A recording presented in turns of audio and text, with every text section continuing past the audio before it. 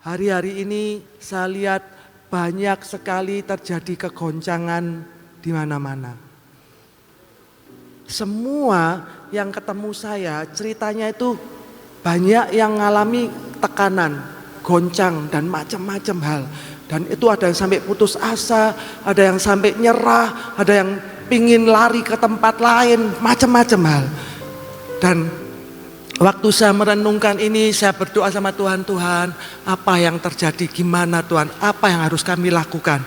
Tuhan ingatkan di Ibrani 12 ayat 26 sampai 28. Ibrani 12.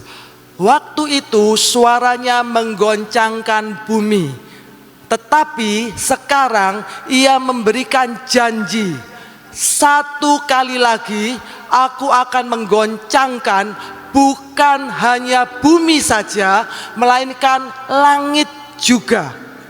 Jadi semua kejadian sebenarnya ini sudah ditulis di firman-Nya. Kita buka lagi di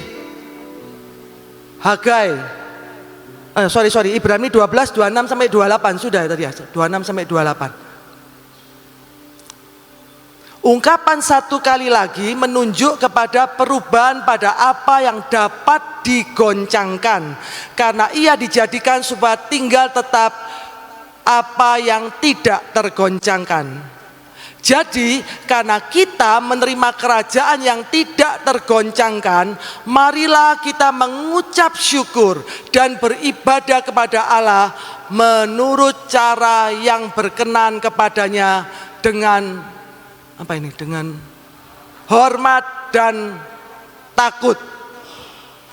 Kita buka juga di Hagai 2, 7 sampai 8. Hagai 2, 7 sampai 8. Sebab beginilah firman Tuhan semesta alam, sedikit waktu lagi maka aku akan menggoncangkan langit dan bumi, laut dan darat. Aku akan menggoncangkan segala bangsa, sehingga barang yang indah-indah kepunyaan segala bangsa datang mengalir. Maka aku akan memenuhi rumah ini dengan kemegahan firman Tuhan semesta alam. Kemarin Mami sudah bahas tentang ada di tracknya Tuhan. Kita nyanyi pesta raja-raja. Nah, untuk kita ngalami pesta raja-raja, kita ngalami apa yang Tuhan janjikan, semua resesi, kita katanya resepsi, tapi dalam kenyataannya kita lihat banyak yang tidak resepsi, saudara. Benar-benar anak-anak Tuhan ngalami resesi juga. Resesi dalam hal krisis iman, krisis kepercayaan, krisis pengharapan. Itu yang saya lihat, saudara. Itu yang saya dengar, dan itu yang saya banyak orang yang datang cerita tentang yang seperti itu. Saya belajar, waktu saya tanya sama Tuhan, Tuhan ingatkan ini, bukankah sudah tertulis bahwa sebelum semua itu terjadi harus digoncangkan supaya tinggal tetap yang tidak tergoncangkan. Hari-hari ini saya melihat akan terjadi perbedaan antara orang yang mengandalkan Tuhan dengan orang yang tidak mengandalkan Tuhan Yesus Kristus. Akan terjadi perbedaan, akan dibedakan, tetapi semua akan mengalami kegoncangan, dan kegoncangan itu terjadi kepada anak Tuhan maupun bukan anak Tuhan. Nah, saya belajar gimana caranya kita bisa menghadapi kegoncangan itu. Apa yang perlu kita lakukan? Yang pertama, tidak kebetulan saya barusan ikut di kapal. Itu pengumuman luar biasa, saudara, menarik sekali. Cruise, saudara. Kita akan doa di kapal, cruise diumumkan, saudara. Saya berdoa, Tuhan, kalau boleh saya mau ambil bagian. Saya berdoa, Tuhan bilang berangkat. Jadi saya daftar 2 orang. Saya tidak berani ngajak anak-anak, kan mereka kerja. Tiba-tiba anak-anak bilang, ikut, kita bayar sendiri, Mam. kita ikut, daftarkan, cepat daftar mam. Jadi kita daftar 4 orang, krus saudara. Jadi di pikiran kita apa? Krus. Doa di kapal tapi kapalnya krus. Enak kan? Bayangan saya juga seperti itu. Setelah kita transfer, DP semua selesai, tiba-tiba keluar pengumuman saudara. Tanggalnya enggak jadi, enggak tanggal 678, enggak 6789 baru keluar. Enggak, kita tunggu pengumuman selanjutnya. Ya udah, saya lega, ya udah, terjadi tunggu krusnya ada.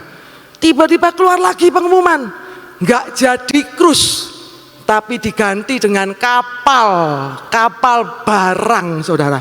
Dan itu ditulis jelas-jelas, malah Bu Iin ngumumkan, ini bukan kapal penumpang, ini kapal barang. Ini kapal yang biasanya memuat truk-truk pengiriman ekspedisi. Jadi yang isi manusia, yang isi orang, penumpang itu hanya di lantai 6 sama 7. Hanya 6 sama 7 dan itu kapasitas sekitar 200 orang. Yang ikut saudara 700 orang lebih. Dan itu diumumkan, ini bukan kapal ini bukan kapal penumpang, ini kapal barang, ini kapal tua, ini kapal sudah lama. Sejujurnya waktu kita dengar seperti itu, Tuhan, saya dari seneng jadi mules saudara. Aduh Tuhan, gimana caranya Tuhan? Lanjut atau batal? Lanjut atau batal? Tapi katanya nanti dihubungi panitia. Saya kalau dihubungi panitia mungkin saya bisa ngomong batal loh saudara. Kemungkinan bisa ngomong gitu. Tapi nggak dihubungi saudara, dibiarin. Saya mikir kok gak dihubungi ya, kok nggak ditanyai lanjut atau batal. Terus diumumkan, dibuka pendaftaran. Terus saya tanya, apa perlu daftar lagi kalau dulu pernah daftar? Oh nggak perlu. Kalau yang pernah daftar di krus nggak perlu daftar lagi. Oke, saya nggak daftar. Tapi terus kalau mau batal ngomongnya ke siapa ya? Saya doa, saya tanya Tuhan, ini batal atau lanjut? Kan janjinya krus Tuhan, terus diganti ini kapal, adik nakut-nakuti kapal barang lagi 200 yang masuk 700, gimana cara tidurnya? Saya tuh bayangin yang jelek-jelek saudara. Saya takut, saya mikir setiap kali tidur, saya tengah-tengah malam bangun, saya ingat mau berangkat kapal ini berangkat apa enggak Tuhan? Terus Roh Kudus bilang, mau perang atau mau tamasya?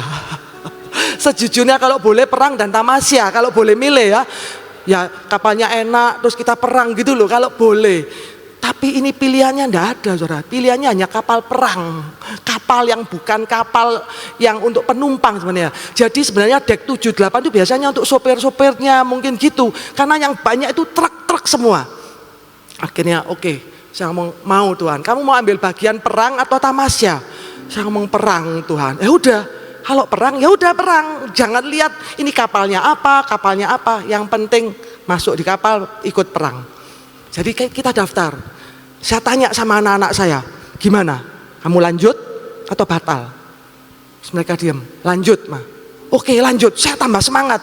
Jadi kita berdua tambah 2 anak. Saya nggak pernah mikir, nggak pernah mimpi, semua nggak pernah dilihat oleh mata, nggak pernah dilihat telinga, nggak pernah timbul dalam hati saya. Anak-anak saya mau cuti ikut kapal perang, nggak pernah. Saya ngajak aja nggak berani saudara. Mau belani cuti untuk ikut ke kapal perang. Setelah itu kita daftar, sudah ya.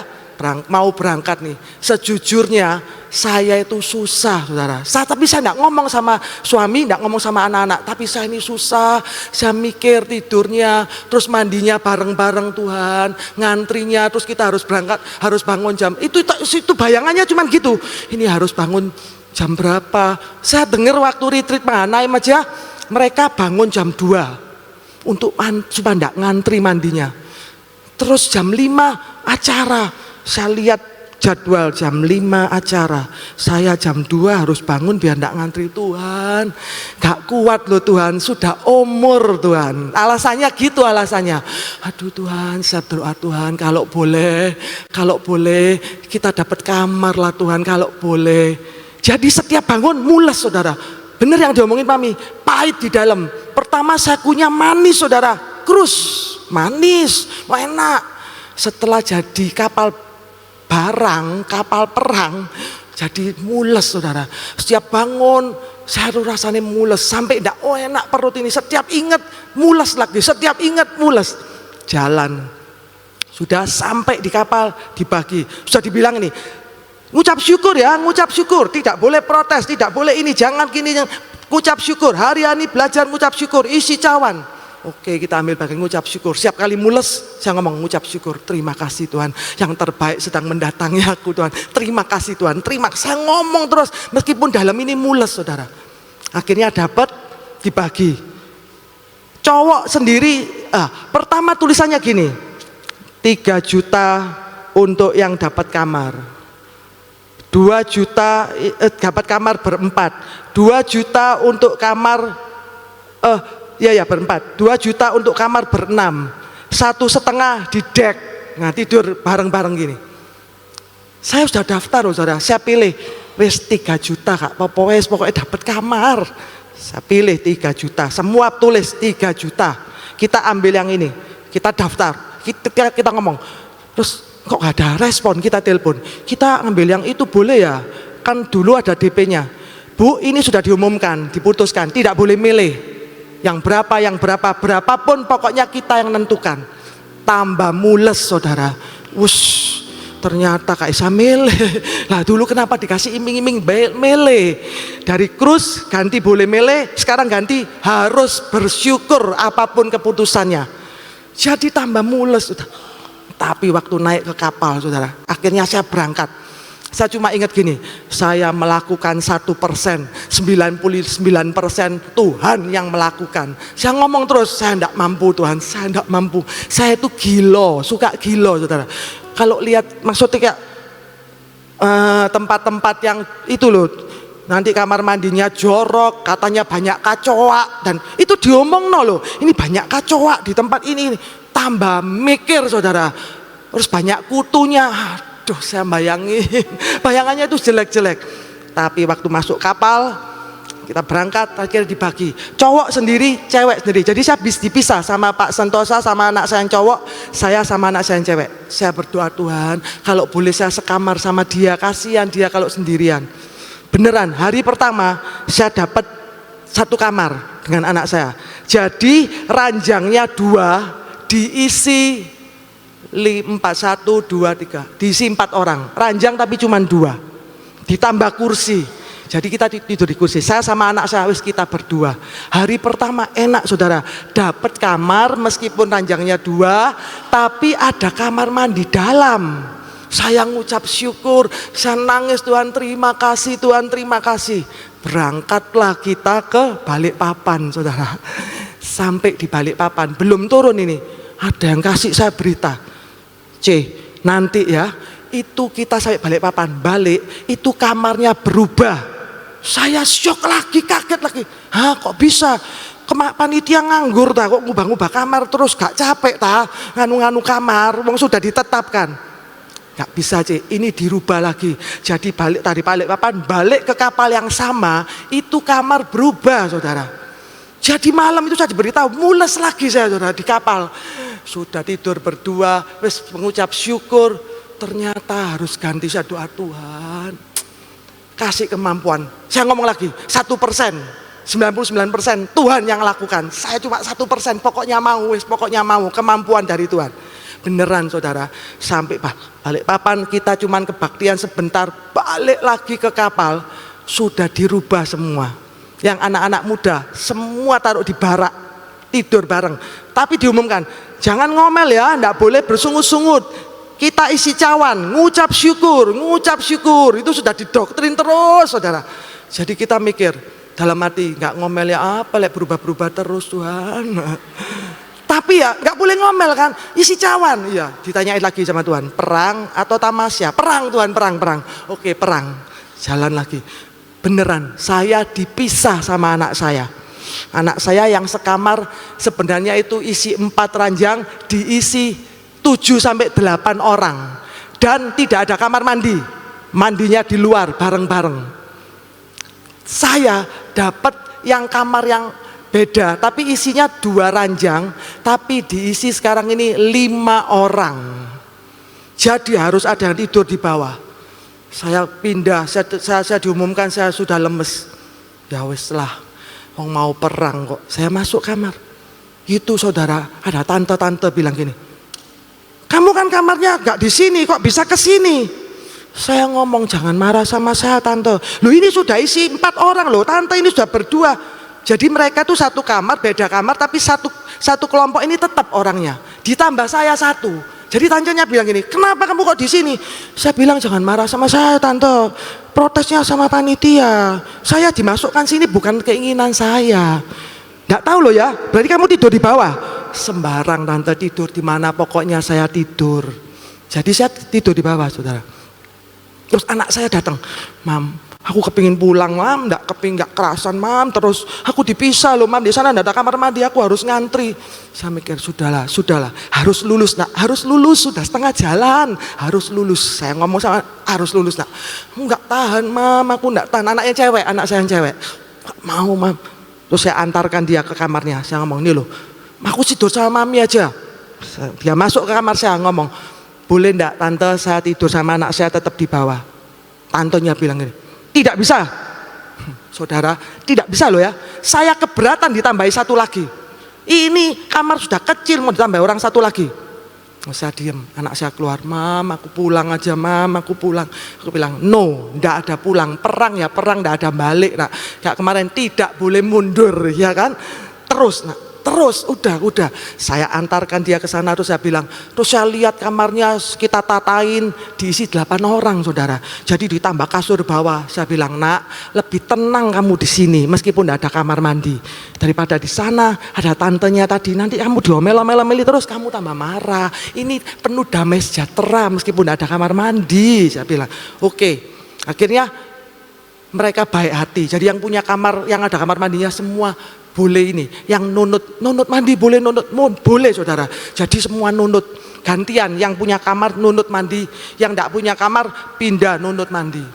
Saudara, saya dapat cerita setelah turun kapal, kalau itu kamar mandinya jorok banget. Jadi katanya Pak Sentosa, mandi itu sama air segini. Jadi airnya itu itunya buntu. Jadi sambil mandi tapi ngekom air segini. Bayangin gila enggak? Sampai Pak Sentosa bilang, hari terakhir saya mandi naik kursi, dia bilang, karena ini banjir segini. Saya bayangin Tuhan Yesus, untung saya enggak di sana. Sampai ada yang enggak mandi sampai 2 hari loh saudara. Cuma seka-seka, enggak kolu, enggak tega saudara. Tapi saya enggak bisa mungkiri, hadirat Tuhan kuat sekali. Kita itu isinya cuma nangis dan nangis terus. Sampai akhirnya penderitaan yang sepertinya menderita itu nggak kerasa saudara. Soalnya isinya pujian, penyembahan pagi sore, pagi sampai malam saudara. Jadi gak kerasa. Saya mikir kalau diulangi, ada yang tanya gini, kalau ada lagi kamu ikut gak Yu? Kalau boleh, jangan ada lagi deh Tuhan, wis cukup Tuhan. Kalau boleh, saya cuma ngomong Tuhan, ini anugerah. Kalau bisa ngelewati semuanya, ini anugerah. Jadi hadirat Tuhan itu yang membuat kita kira semangat, kita kuat, kita ngadepi, kita perang, kita sama-sama. Gak terasa saudara. Itu tidak ada sinyal sama sekali selama sekian hari. Kita sudah dibilangi, tidak ada sinyal ya. Jadi siap-siap ngomong sama yang di rumah, pekerjaannya semua diatur semuanya, karena 3 hari ini tidak ada sinyal. Tambah mules tuh saudara. Diumumkan yang jelek-jelek memang sengaja, pikirnya buin supaya banyak yang mundur gitu loh. Gak usah terlalu banyak, tapi gak mundur. Mereka tetap 700 lebih tetap yang ikut. Udah sampai saya turun, saya ngelihat semua karena anugerah Tuhan. Nah dari situ saya belajar, kalau ngadepi kegoncangan, apa yang harus kita lakukan? Yang pertama Tuhan katakan, tetap tinggal dalam bahtera Tuhan yang dengan Yesus Kristus sebagai nakodanya. Tetap tinggal. Waktu kapal itu mulai jalan dari Surabaya, Laut Jawa itu tenang saudara. Saya pernah ke Danau Toba dulu sekali, itu begitu keluar dari Laut Jawa, itu ombaknya besar saudara. Tapi itu ajaib, keluar dari Laut Jawa, ombaknya enggak besar, waktu berangkat tenang, cool saudara, tenang banget. Sudah pulangnya baru agak terasa. Bayangin waktu kalau misalnya ada ombak, terus kita mikir gini, aku enggak mau di sini.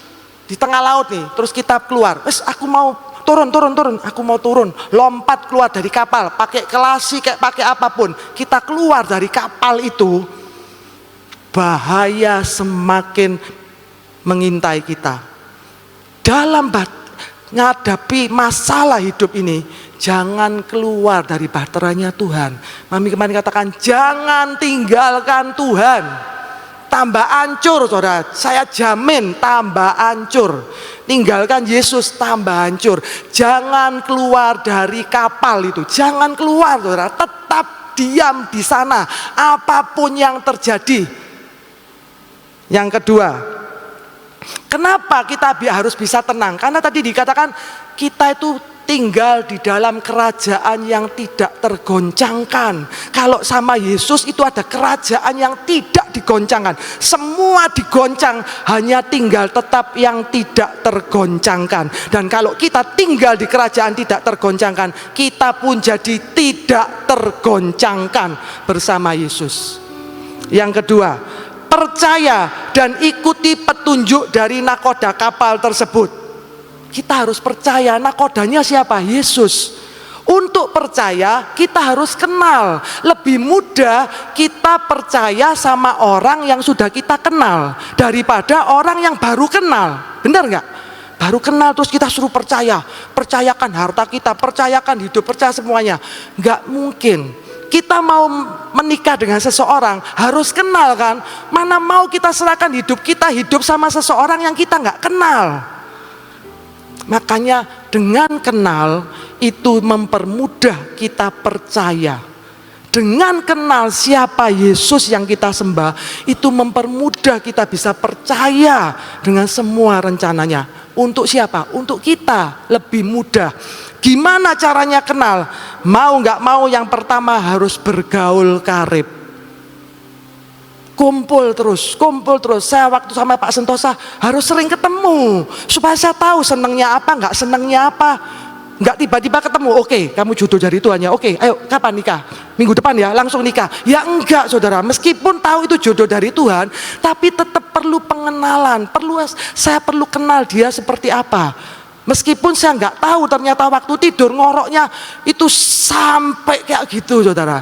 Saya cuma dengar katanya orang waktu hidup bareng, aduh kalau tidur ngoroknya itu sangat menggelegar seperti tiupan shofarnya saudara. Dan itu mengagetkan. Tapi kita harus kenal siapa Tuhan kita, kenal siapa Allah yang kita sembah. Lewat apa? Bergaul karib, sering ngomong. Banyak yang alasan gini, saya nggak bisa dengar suara Tuhan Ci. Kita suruh ngomong, nggak ada tuntutan harus dengar, enggak. Ngomong aja dulu, ngomong terus. Saya mulai dari cuman ngomong. Saya dikasih tahu ini, saya ngomong, Tuhan katanya ini Tuhan, terus gimana? Jawabnya gimana? Nggak tahu saya. Cara Tuhan jawab dulu, saya pikir jawaban Tuhan itu audible seperti yang Mami dengar. Saya dengar Pak Yusa ini, oh kalau Mami Nani itu audible dengar suara. Saya pikir itu audible semua, saya nggak ngerti. Jadi waktu saya tanya Tuhan, saya harus bergereja di mana? Itu awal-awalnya. Saya pikir ada suara, hai anakku. Saya pikir gitu. Jadi saya tunggu, Tuhan harus gimana Tuhan? Gak ada suara saudara. Sehari, 2 hari, seminggu, 2 minggu, tanpa suara. Gak ada gini, hai anakku, engkau harus. Gak ada saudara. Saya pikir itu gitu. Karena saya tidak kenal, saya nggak tahu, saya baru kenal, baru bertobat. Jadi ternyata Tuhan itu bisa ngomong lewat banyak cara, lewat firman, lewat khotbah, lewat apapun, lewat pengalaman, lewat pemandangan, bahkan lewat alam. Tuhan bisa ngomong sama kita yang kita ngerti. Kenali senangnya, kesukaan Tuhan apa, ketidaksukaan Tuhan apa. Saya mengucap syukur karena sekarang ada YouTube ya saudara, sehingga saya bisa dengar khotbah Mami ini. Oh Mami pengalaman hidupnya ini, yang sudah Mami alami saya ambil. Saya maksudnya gini, yang Mami pelajari jangan sampai saya ngulang kesalahan yang pernah dilakukan Mami. Saya ambil Tuhan, Mami sudah bayar Tuhan, saya nggak usah bayar ya Tuhan, saya mau Tuhan, saya mau. Saya belajar lagi dari Bu Iin. Tuhan, yang sudah dibayar Bu Iin, saya nggak usah bayar Tuhan, saya mau ngikuti Tuhan, saya mau belajar, saya belajar. Firman ditulis supaya kita belajar, tidak sampai ngulangi seperti yang mereka alami. Ngucap syukur kita ini sekarang zamannya percepatan. Kita bisa belajar dari pahlawan-pahlawan Tuhan tanpa kita sampai jatuh di tempat yang sama karena belajar dari mereka. Terus selanjutnya, harus mau membaca dan merenungkan firman Tuhan. Kenal itu tidak bisa katanya orang, saudara. Makanya saya selalu ngomong sama Tuhan, Tuhan kasih saya pengalaman pribadi Tuhan. Saya tidak mau cuman katanya orang, katanya pendeta, katanya siapapun Tuhan. Saya ingin kenal kamu, kasih saya pengalaman. Makanya saya sering minta kasih pengalaman Tuhan. Pengalaman sama kamu sendiri. Bukan katanya orang. Kalau kita punya pengalaman pribadi, itu dasar, itu akar yang kuat karena kita kenal secara pribadi siapa yang kita sembah. Saya ngalami, saudara, kegoncangan. Saya pikir saya itu sudah kenal Tuhan, percaya Tuhan. Waktu mama saya sakit, awalnya mamanya Pak Sentosa sakit, jatuh, patah, masuk rumah sakit. Tunggu operasi. Oke, dicek, ternyata HB-nya turun. Tidak bisa, HB-nya turun. Jadi ditransfusi darah. Oke, besok operasi. Besok mau operasi, HB-nya naik sedikit, sudah disiapkan darah lagi tambahan setelah operasi. Tapi ternyata trombositnya turun. Terus dokter bilang kalau trombosit turun kami tidak berani operasi. Batal operasi, keluar. Gak jadi operasi. Trombonya turun ternyata ini. Nah ini harus dicari kenapa trombositnya turun. Oh, kemungkinan kena demam berdarah. Tapi gak panas, gak muntah, gak apa-apa. Dokter bilang demam berdarah sekarang ini memang aneh, gak ada gejalanya. Kan menakutkan, saudara. Tiba-tiba trombositnya turun dan gak ketahuan kalau gak cek darah. Sudah tunggu trombositnya dinaikkan, leukositnya turun, saudara. Nanti ininya naik, ininya turun. Sampai singkat kata nggak jadi operasi terus. Sampai akhirnya meninggal, saudara. 27 hari rasanya di rumah sakit. Dari masuk sehat, patah, mau operasi, keluar. Meninggal. Buat saya itu ada trauma tersendiri di dalam tanpa saya sadari. Terus setelah itu menyusul, mama saya masuk rumah sakit. Muntah-muntah, nggak bisa makan, muntah-muntah, masuk rumah sakit. Sebelum masuk rumah sakit saya cek darah, trombositnya turun. Saya bawa, dokter ngomong, bahaya loh ini, trombo turun. Masuk rumah sakit aja, karena trombositnya turun, apalagi sudah usia. Saya masukkan rumah sakit, saudara. Kebetulan kami pakai BPJS, karena mama di asuransi juga nggak bisa diterima. Di asuransi yang swasta, masuk di sana, kita itu sampai ganti 3 rumah sakit. Di rumah sakit awal tidak bisa BPJS, kita pindah ke rumah sakit yang bagus. Oh ini tidak bisa, kalau BPJS di sini gini karena tidak lengkap, kami tidak semuanya BPJS. Oke, saya pindah ke satu rumah sakit lagi, saudara. Ternyata rumah sakit itu juga tidak lengkap. Yang lengkap adalah di rumah sakit yang tempatnya mama mertua saya dirawat. Saya ngomong sama Pak Sentosa, mau, enggak. Kalau di rumah sakit itu lagi aku nggak mau, saya trauma. Sudah 27 hari ke rumah sakit itu terus toh akhirnya mami meninggal. Enggak, aku nggak mau di sana. Loh di sini nggak lengkap gini. Saya takut, saya bingung malam itu saya kebingungan ngambil keputusan. Saya doa gimana Tuhan, takut, saudara. Yang keluar apa? Nanti mami itu dulu, mami mertua masuk rumah sakit juga karena trombonya turun juga ini. Terus ujung-ujungnya meninggal. Suara yang masuk di telinga saya, mama trombonya akan turun, jangan-jangan sama-sama nanti meninggal. Saya sampai mikir gini, nah sebelumnya, berapa tahun sebelumnya, masih baru, itu kakaknya mami itu meninggal. Setelah kakaknya mami ada saudara lagi meninggal. Terus ada yang meninggal lagi. Terus mereka ngomongnya gini, kok bisa ngajak-ngajak sih ya, kok bisa minta meninggal, kok ngajak-ngajak bareng. Itu buat saya itu awalnya gurauan.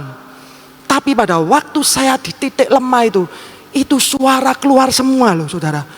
Aduh, jangan Tuhan, enggak boleh ngajak siapa-siapa, enggak boleh ngajak mama. Saya ngomong gitu, padahal itu suara keluar di mana? Ada yang bisiki rasanya saudara. Itu ketakutan keluar, kekhawatiran keluar, campur semuanya.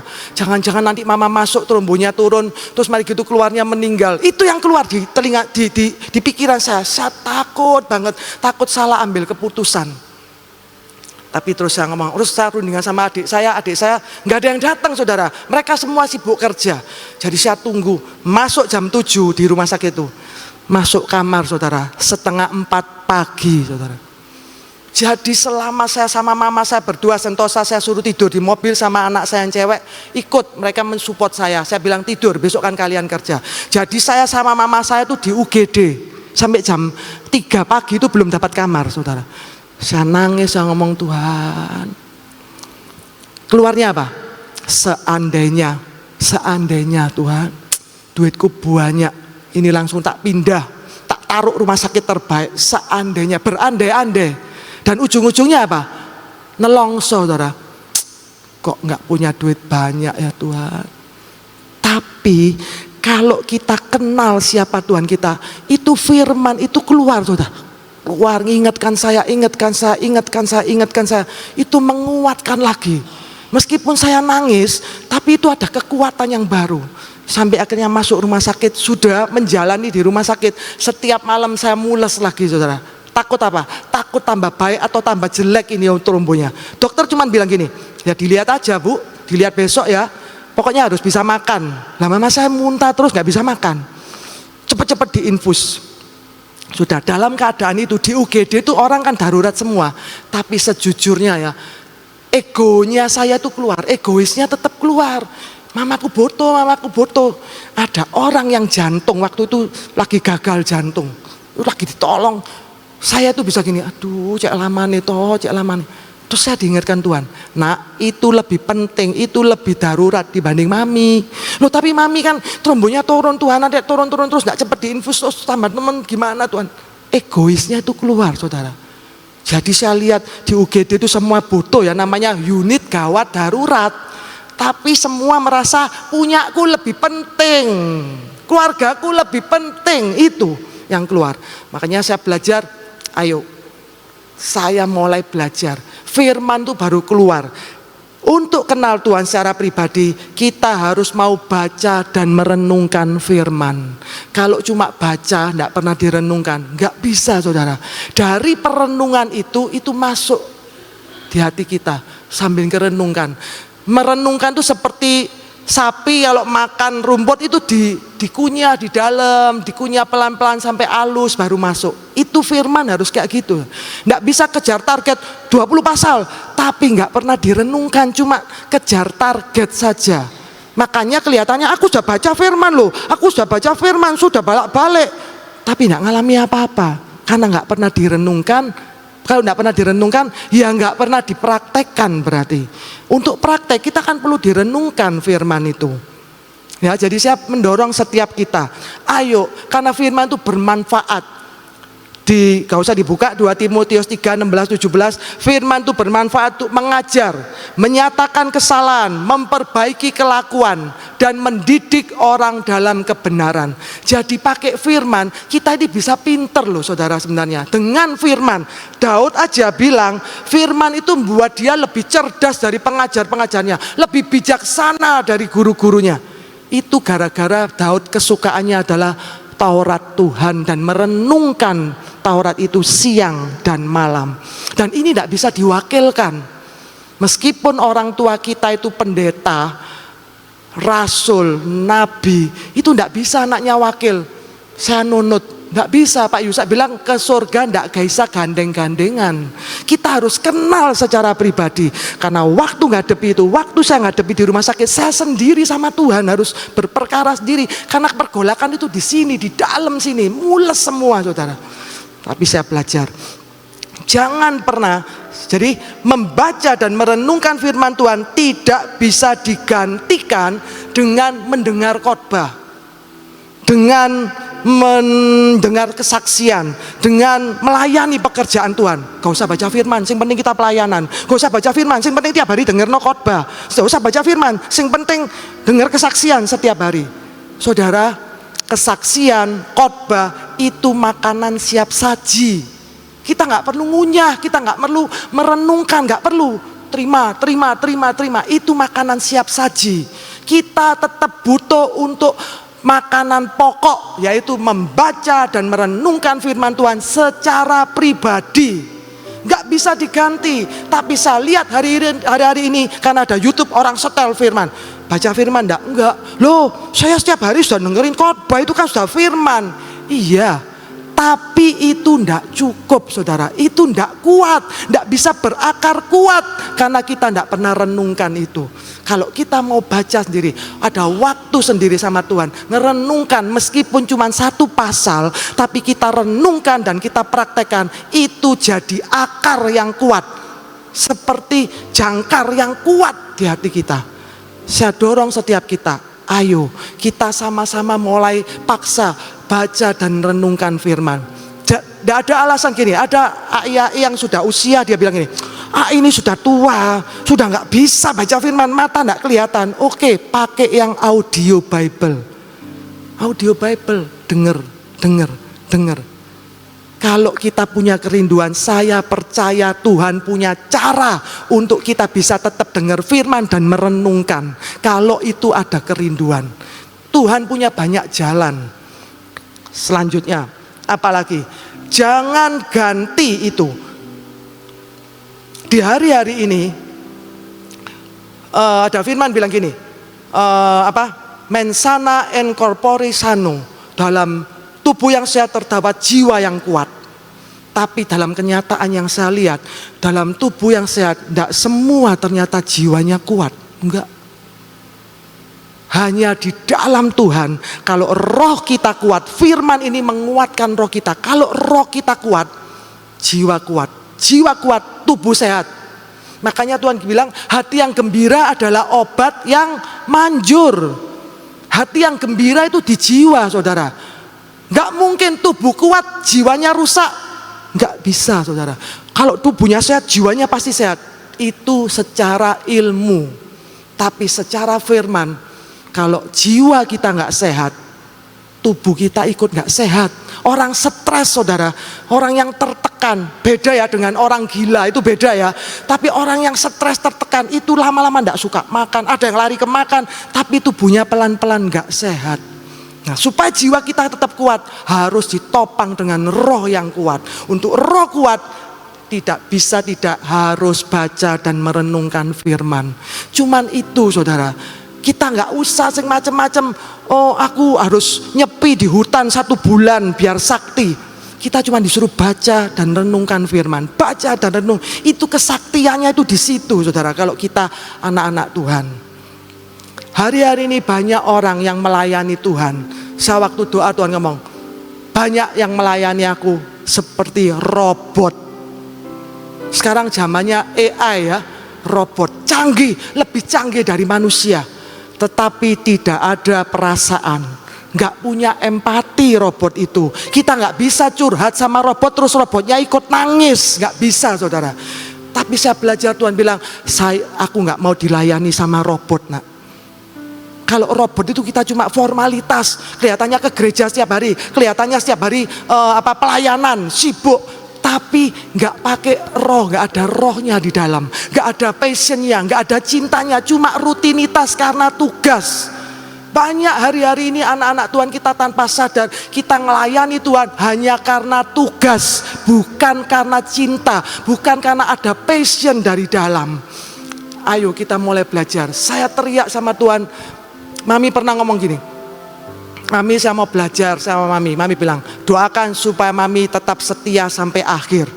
Saya ngomong sama Tuhan, sekali bermami loh Tuhan, tetap ngomongnya supaya Mami setia sampai akhir. Berarti masih ada kemungkinan kita ini bisa tidak setia sampai akhir, saudara. Tetap ada kemungkinan itu. Saya ngomong, saya juga mau Tuhan, buat saya setia sampai akhir loh Tuhan. Sampai selesaikan destiny sama-sama kamu Tuhan. Tapi kalau di luar Tuhan, gak bisa berbuat apa-apa. Gak bisa Saudara. Jangan pernah coba-coba keluar dari kapal itu. Jangan coba-coba loncat dari kapal dan meninggalkan kapal yang nakodanya Tuhan Yesus. Ayo kita mulai belajar. Jangan jadi robot-robot yang melayani Tuhan. Tapi minta Tuhan dikembalikan. Kalau robot Saudara, konslet. Bedanya apa manusia dengan robot dengan manusia? Robot itu didesain oleh manusia. Kalau kita didesain oleh Tuhan, itu sangat berbeda. Manusia terbatas, Tuhan kita tidak terbatas. Bedanya apa manusia rohani sama manusia jasmani? Kalau manusia roh itu di dalam ada kehidupan. Kemarin dikatakan aliran air hidup. Aliran air hidup itu selalu bergerak dan bergerak dan bergerak. Ayo kita sama-sama. Jangan tinggalkan ibadah. Ini ditulis latihan badani terbatas gunanya. Latihan badani, orang itu fitness. Sekarang musimnya apa ini? Macam-macam, ada pilates, macam-macam.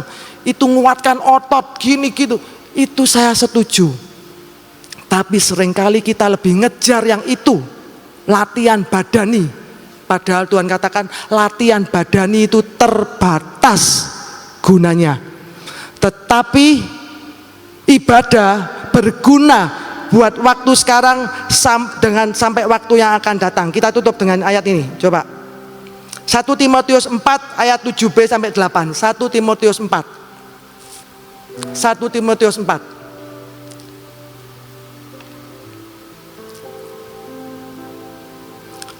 Tetapi 7b. Ini, latihlah dirimu beribadah. Ternyata firman itu ngomongi kita, latihlah dirimu beribadah. Berarti beribadah itu perlu dilatih Saudara. Karena hari-hari ini saya lihat banyak orang yang malas beribadah. Pakai Zoom, pakai streaming bisa kok, YouTube enak, sambil khotbah, sambil minum kopi, sambil goreng, sambil masak. Boleh Saudara, sambil masak dengerin khotbah itu bagus. Tapi kalau sampai menggantikan ibadah dengan streaming, itu beda hasilnya Saudara. Saya ngalami sangat berbeda hadir di tempat ini sama saya streaming. Makanya saya usahakan hadir. Kelihatannya gila. Orang kalau dengar bisa streaming ngapain, berangkat ngapain, jauh-jauh ngapain. Cirebon itu jauh loh. Saat ngomong mulai dulu Cirebon ya jauh. Masa mulai sekarang. Saya tuh dari dulu ya, kita itu sering ke Semarang. Dulu saya tuh rasanya nggak puas. Saya berangkat ke Semarang waktu tempatnya Pak Petrus Agung. Dari sebulan sekali sampai setiap minggu. Berangkat Sabtu pulang Minggu. Kalau enggak berangkat Minggu pagi setelah kebaktian pulang. Dari pamitan mama mertua dimarahin. Di sini tuh banyak gereja bagus-bagus di Surabaya. Betani dia sebutkan. Kenapa harus ke Semarang jauh-jauh? Nah kita dapat sesuatu. Jawabannya apa? Kan bisa beli kaset. Nah dulu belum ada YouTube soalnya. Beli kaset kan bisa. Kita diem, kita tetap berangkat Saudara. Sampai dari pamit nggak berani pamit saya. Saya sampai tidak berani ngomong, takut dikira orang-orang gila. Tapi saya melihat semua yang kita kerjakan untuk Tuhan nggak pernah sia-sia. Diperhitungkan loh sama Tuhan, beneran. Apa yang kita tabur sekian tahun sama anak-anak saya waktu anak masih kecil kita bawa datang kebaktian pulang, dan itu bukan 1-2 bulan, bertahun-tahun saya lakukan. Dan sekarang ada tantangan baru, Cirebon. Mau nggak Cirebon? Semarang sudah lewat. Sekarang yang lebih jauh dikit, Cirebon. Saya dari pamit sampai juga nggak berani pamit. Takut dikira gila. Karena mereka bilang jauh banget, kan bisa streaming. Itu loh, kan sama aja. Saudara, kita nggak akan ngalami apa-apa kalau kita nggak pernah tahu bedanya. Datang sama dengar streaming sangat berbeda saya ngerasakan. Beneran Saudara, bukan berarti saya meremehkan streaming, enggak. Kedua, harga yang kita bayar itu dihitung sama Tuhan, diperhitungkan sama Tuhan. Gak ada orang yang tahu saya ke Semarang setiap hari. Sampai Cik Ripka kalau lihat saya waktu ngadakan KKR di Surabaya, lihat kami, loh kalian sudah pindah Surabaya? Saya ngomong, loh mulai dulu kami Surabaya. Loh setiap minggu saya lihat di Semarang kalian ada kok. Iya, tapi kami Surabaya. Kayak orang gila saudara. Tapi saya belajar, kalau kita kejar Tuhan, kita bayar untuk Tuhan, dihitung sama Tuhan. Meskipun cuman gitu, orang bisa nggak ngelihat, tapi Tuhan lihat apa yang kita kerjakan. Tuhan katakan kerjakan segala sesuatu seperti untuk Tuhan, bukan untuk manusia. Jadi nggak perlu harus tunggu pengakuan manusia, nggak perlu harus dilihat manusia. Karena kita kerjakan seperti untuk Tuhan dan bukan untuk manusia. Ayo sama-sama saudara. Tadi yang pertama, jangan keluar, jangan tinggalkan Tuhan. Ya, jangan keluar dari kapal itu, tambah hancur, jamin tambah hancur. Makanya angka bunuh diri naik karena mereka nggak punya Yesus. Kita punya Yesus. Harus ada pengharapan selain itu. Harus ada pengharapan. Pengharapan itu seperti sao yang kuat. Sao itu kapal yang besar tuh ya, itu bisa ndak goyang. Waktu mau mendarat itu ada sao yang dilempar seperti jangkar. Itu sehingga waktu ada badai, ada apa, ada goyangan, perahunya tetap. Hidup kita juga seperti itu. Kalau kita ndak punya jangkar berupa pengharapan di dalam Kristus, kita akan mudah goyah.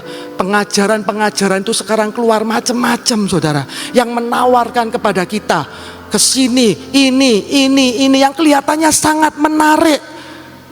Tapi kalau kita ikuti aliran pengajaran dan kita tidak kenal Yesus, sia-sia.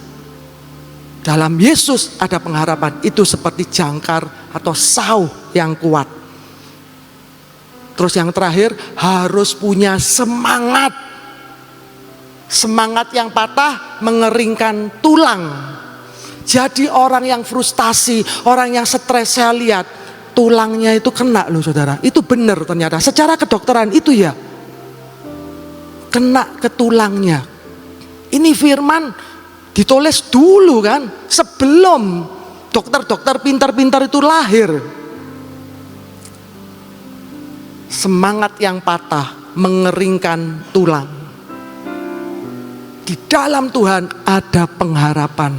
Itu bedanya. Makanya hari-hari ini akan dibedakan orang yang punya pengharapan di dalam Yesus dengan orang yang tidak punya pengharapan di dalam Yesus. Dan saya percaya setiap kita dijamin. Kalau mau ngalami, mami kemarin bilang harus dikerjakan bagian kita.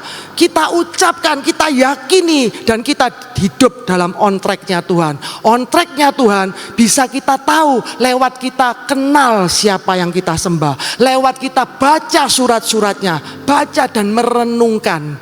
Jangan cuma suka dengar khotbah tapi nggak suka baca firman.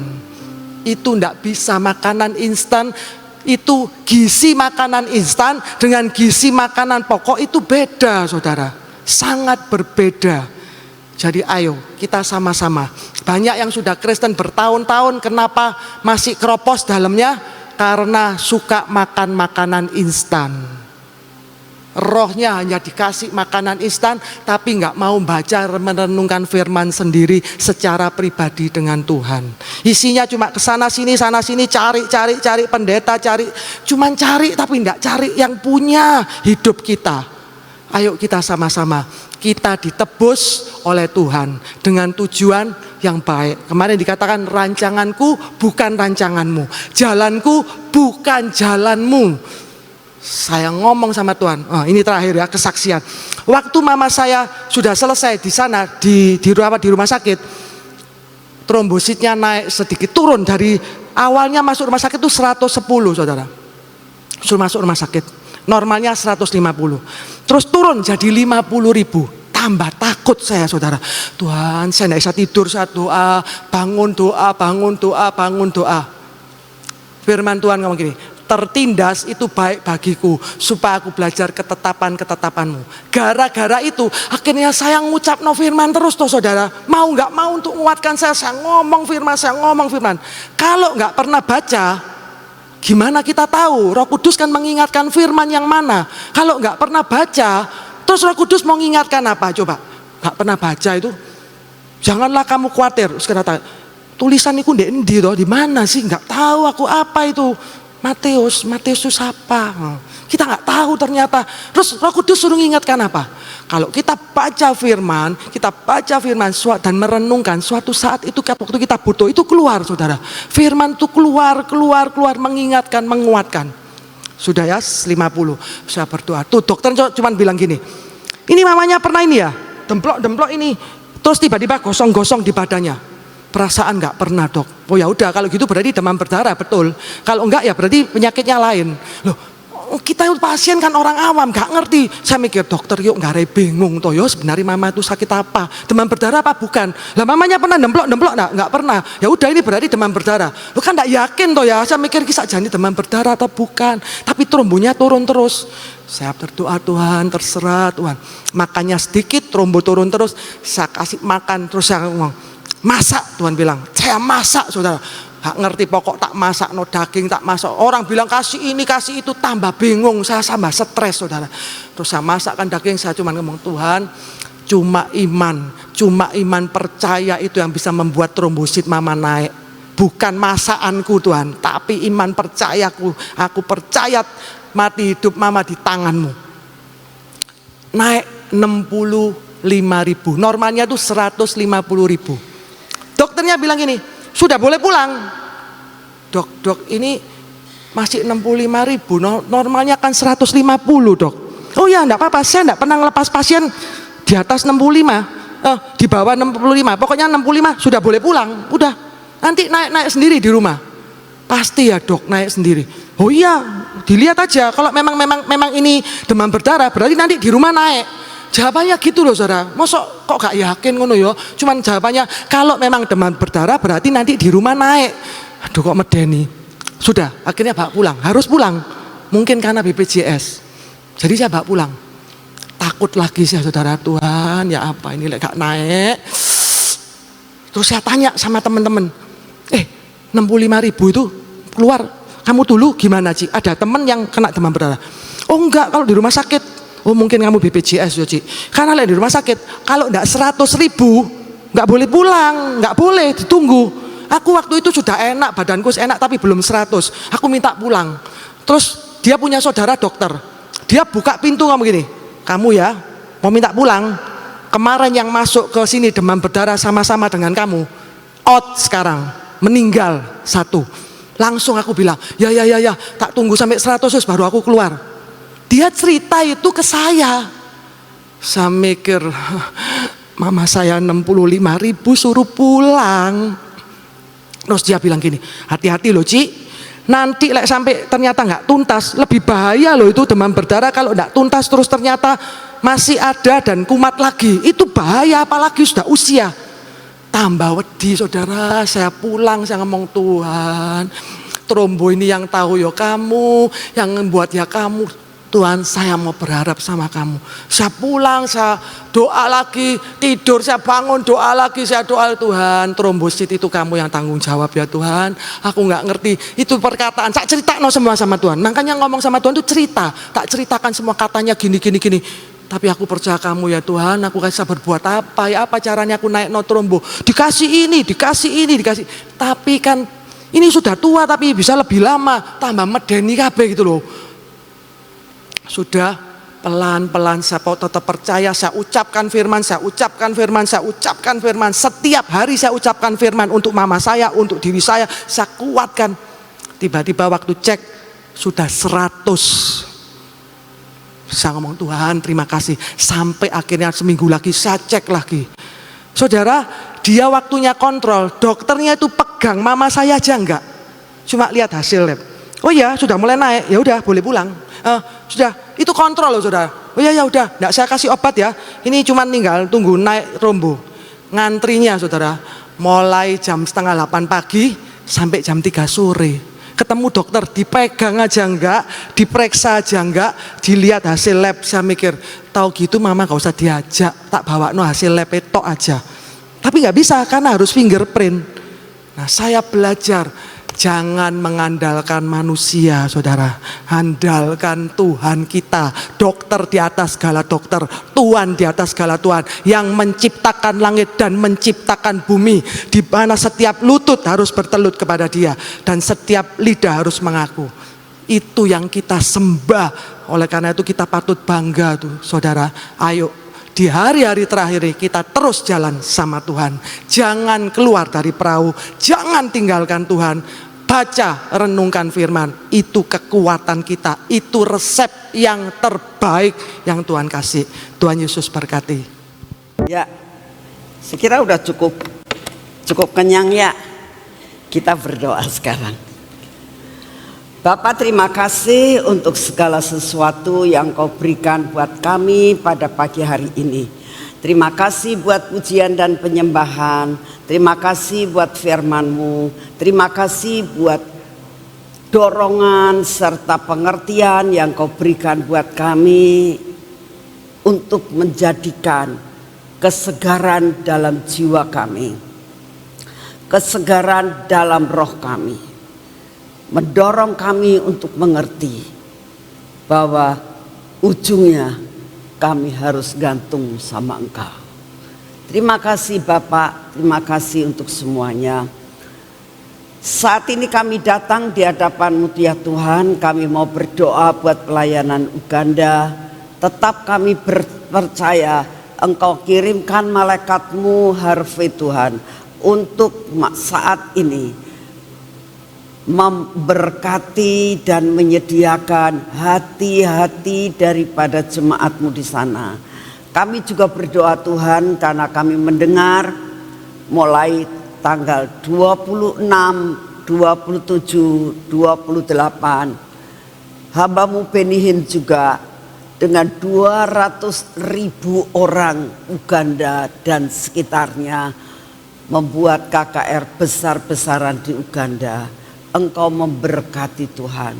Biarlah firman yang disampaikan oleh hamba-Mu Benihin menjadikan suatu air hidup buat mereka yang ada di Uganda ya Tuhan. Kami berdoa saat ini, biarlah tuaian besar-besaran terjadi di Uganda. Kami tahu Kau punya rencana sampai hamba-Mu Benihin Engkau bawa ke sana.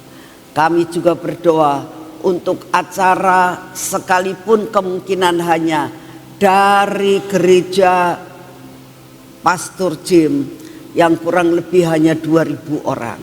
Kami percaya Tuhan bahwa Engkau akan membuat sesuatu yang spesial pada saat kami datang ke sana. Pada saat kami membuat pelayanan kasih untuk di sana. Pada saat firman disampaikan. Pada saat pembagian akan segala sesuatu yang kami bawa. Tuhan, biarlah setiap perkataan kami, setiap berkat yang kami bawa, setiap firman yang ditaburkan menjadi berkat buat gereja yang dilayani oleh Pastor James dan sekitarnya Tuhan. Kami percaya Engkau mengirimkan kami sekalipun dibandingkan dengan KKR besar-besaran 200.000 orang Tuhan. Cuman kecil, tapi kami percaya Engkau akan tetap memperhitungkan apa yang Engkau sudah berikan buat kami untuk diberikan di sana. Terima kasih Bapak, Engkau sungguh amat sangat luar biasa. Kami mau menyerahkan semuanya ke dalam tangan-Mu. Kami juga berdoa Tuhan, biarlah Engkau yang akan mengatur perjalanan kami. Engkau juga akan mengatur Tuhan pada saat semua barang-barang itu masuk ke airline. Demikian juga pada saat barang-barang itu keluar dari airline dan melewati custom. Semuanya Engkau sudah atur. Terima kasih Bapak. Kami sangat percaya pengaturan-Mu sangat sempurna. Terima kasih Bapak. Kami juga berdoa untuk persekutuan yang ada di tempat ini. Ini milik-Mu Tuhan. tidak tergantung daripada hamba-Mu pergi atau tidak. Ini milik-Mu, dan kami percaya Engkau akan mengatur di dalam segala sesuatu. Engkau memprotek semuanya Tuhan, baik PW setiap pagi maupun untuk taman maupun kebaktian yang diadakan setiap hari Selasa. Engkau akan tetap memprotek. Demikian juga akan PA yang diadakan, semua berjalan karena ini milik-Mu Tuhan. Terima kasih untuk kasih setia-Mu. Kami sungguh mengucap syukur untuk apa yang sudah Engkau kerjakan sampai selesai. Kami juga berdoa untuk pelayanan di Pangkep Tuhan, suatu daerah yang agak terpencil dari Sulawesi Selatan. Kami percaya seluruh persiapan yang saat ini diadakan, dan saat kami datang ke sana, lawatan terjadi di sana. Terima kasih untuk kasih setia-Mu. Bapak, kami juga pada saat ini berdoa untuk keadaan bangsa dan negara kami, untuk keadaan Indonesia ini. Tuhan, kami percaya dimanapun anak-anak-Mu berada, keluputan yang daripada-Mu terjadi buat anak-anak-Mu. Kami juga berdoa untuk pemerintahan, berdoa untuk Bapak Presiden, Wakil Presiden, dan semua staf, semua kabinet, semua menteri, semua pimpinan-pimpinan daerah, semua ABRI maupun Angkatan Darat, Laut dan Udara. Kau memberkati, ada di dalam kontrol daripada-Mu.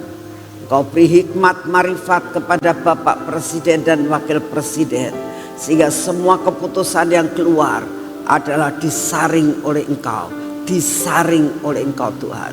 Dan Engkau yang akan mengeluarkan sesuatu hal yang baik dan bukan yang tidak baik. Terima kasih Bapak, kami sangat percaya bahwa apa yang Kau rencanakan atas negara ini adalah yang terbaik. Bapak, saat ini juga kami datang di hadapan-Mu. Apapun yang terjadi di dalam dunia ini, Engkau tetap memeliharakan kami.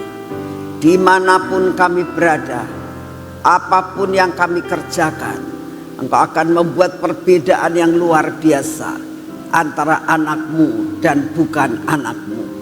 Dan kami sangat percaya Tuhan, pemeliharaan-Mu sempurna atas kami. Terima kasih Bapak, Engkau sungguh amat sangat baik. Dan saat ini kami menerima kekuatan baru, kesehatan yang daripada-Mu, daya tahan tubuh Tuhan. Kami percaya akan apa yang Engkau sudah janjikan. Kami berangkat dan kami pulang ada dalam jaminan-Mu. Yang ditinggal di tempat ini, di kota ini adalah dalam jaminan-Mu. Terima kasih Bapak, kami mengucap syukur untuk begitu amat kasihnya Engkau kepada kami. Segala pujian, hormat, syukur kami naikkan di dalam nama Tuhan Yesus. Mari kita masuk dalam pengurapan.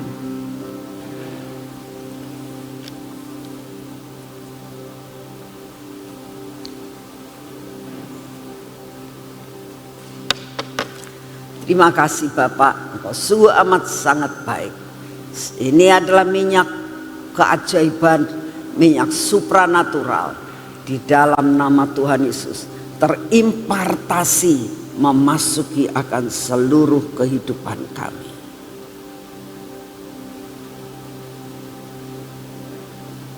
Kami oleskan pada mata kami, telinga kami Tuhan,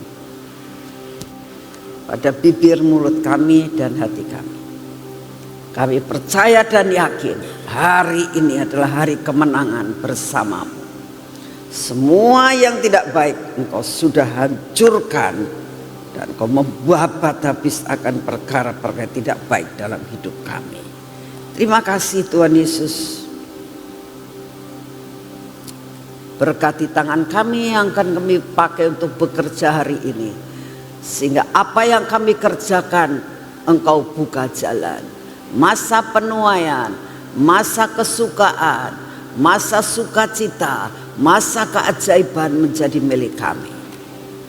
Biarlah kaki kami pun Tuhan berjalan dalam jalan yang sudah Engkau tentukan sampai garis akhir. Kami percaya Tuhan, hari ini kami berjalan bersamamu. Kami tidak akan tersandung karena kami membawa panji-panji kemenangan yang daripadamu. Terima kasih Bapa, dalam nama Tuhan Yesus kami sudah berdoa. Amin. Tuhan memberkati saudara semuanya. Selamat pagi.